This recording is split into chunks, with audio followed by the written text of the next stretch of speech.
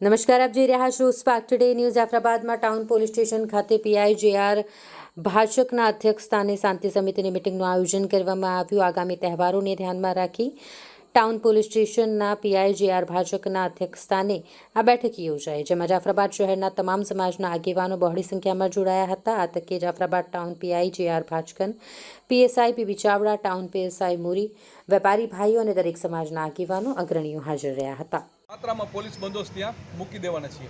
એટલે એના કારણે છે કે જે મોટા ચોક છે ત્યાં ઉજવણી પણ વધારે કરતા હોય છે, તો એ સમયે કંઈ બને નહીં એ પ્રમાણે અમે આખું વ્યવસ્થિત પોલીસની ત્યાં વહેંચણી પણ કરવામાં આવેલ છે. આ બધું જ્યારે આખી રામનવમી પતી જાય ત્યાર પછી જેમ પબ્લિક નીકળતી જશે એમ ધીમે ધીમે ટ્રાફિકને અમે ધીમે ધીમે છૂટો કરતા જશે. કેમ કે બહારથી ઘણી પબ્લિક આવશે, ટ્રાફિકનું વાહન લઈને આવશે, વ્હીકલ્સ બધા સિટીની અંદર વધારે આવશે. એટલે ધીમે ધીમે એવી રીતે આપણે બંદોબસ્તને વિથડ્રો કરતા જશું. જેમ જેમ પબ્લિક પરત એમના ઘરે જશે એ પ્રમાણે આપણે ત્યાં મૂકતા જશું.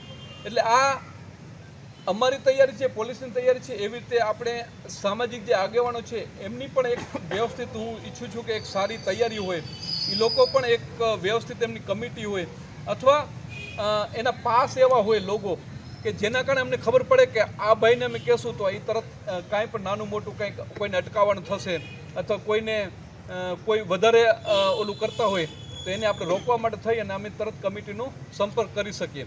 એ રીતે પણ તમે આઈડેન્ટિફાઈ કરી શકો કે જેના કારણે અમે આપણે એને કામ આપી શકીએ. મેઇન વસ્તુ આ બે તહેવાર છે. બે તહેવાર દર વર્ષે ઉજવાય છે, એનો પ્રશ્ન નથી કાંઈ, પણ આ વખતે આચારસંહિતાના કારણે તહેવારની અંદર ઘણી લિમિટેશન્સ આપણે આવી જાય છે. તહેવારની અંદર જે અગાઉ પણ આપણે જે ઉજવતા હતા, જે હથિયારો સાથે પહેલાં કંઈક રાખતા હતા, એવું હવે નથી થવાનું.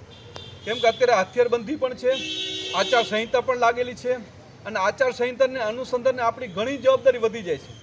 એટલે આપણે જે ફ્રીલી જે આપણે આચારસંહિતા વગર જે તહેવાર ઉજવતા હતા એની આખી સિચ્યુએશન અલગ હતી. અને આ જે અત્યારે આચારસંહિતાને કારણે અત્યારે કોઈ પણ ગુનો બને અથવા કોઈ પણ નાનું બનાવ બને તો એ બનાવ કાયમી માટે ચૂંટણી અનુસંધાને બનેલ છે તેવું માની લેવામાં આવે છે. એટલે ભવિષ્યમાં જેટલી વખત ઇલેક્શન આવે ત્યારે આની ખાસ નોંધ લેવામાં આવે છે. આ અત્યારે કોઈ ગુનો બને તો એની ખાસ નોંધ લેવામાં આવે છે. એટલે ખાસ આપણે એટલે વધારે સિરિયસ થવાનું છે કે આચારસંહિતા પણ લાગેલી છે. અત્યારે રાજકીય પક્ષો પણ એનો કોઈને કોઈ રીતે પ્રચારમાં હોય છે, વિસ્તારની અંદર પ્રચારમાં હોય છે, ગામડાઓમાં પ્રચારની અંદર હોય છે. અને એની સાથે આ તહેવાર છે, તહેવારમાં પબ્લિક પણ ઘણી હોય છે. એટલે અહીંયા પણ પ્રચાર માટે એ લોકો આવતા હોય છે અથવા કોશિશ કરતા હોય છે.